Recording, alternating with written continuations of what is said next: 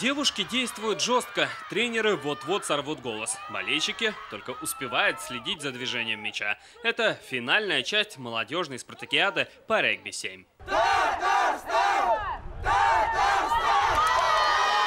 Сборная республики на турнире добралась до матча за 5-е место. Команда молодая, задача как раз стояла войти в топ-5. В решающей игре им противостояли регбистки из Кемеровской области. Игра получилась острой, только вот результат 29-5 в пользу гостей. Хотя наши спортсменки сильно не расстроились. Сыграли хорошо на самом деле.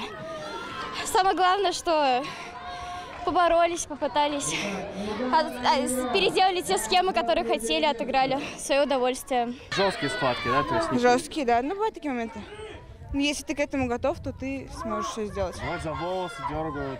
Бывает. Пока судья не видит. Да. Ну, бывает. Терпимо. На финальные соревнования среди девушек вышли 11 команд. Все они перед этим прошли отбор в своих округах. В Казань приехали лучшие из лучших. Молодежная спартакиада России, да, она именно показывает развитие вида спорта вообще в целом, да, среди регионов. И я считаю, что регби, достаточно хорошо у нас сейчас развивается, особенно последние несколько лет. Был возрожден регбийный клуб «Стрела» профессиональный, есть регбийный клуб «Энергия», который выступает в чемпионате России по пляжному регби, женская команда «Зеланд». В игре за бронзу на поле вышли девушки из Краснодара и Красноярска. Победа осталась за гостями из юга. В финале дерби Москва против Московской области.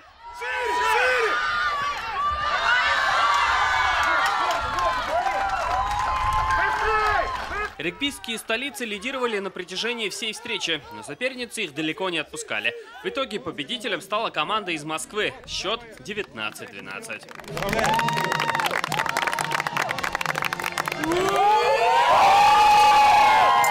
Мы долго готовились, долго к этому шли, и я очень горжусь девчонками. Все до последнего бились, боролись, сражались. Молодцы. И проигравших сегодня в финале, судя по настроению, спортсменок не оказалось. В этом спорте главное без травм. Салават Мухаммадуллин, Марат Зайдуллин, ТНВ, Казань. Закажи рекламу на ТНВ. Телефон в Казани 5 705 100.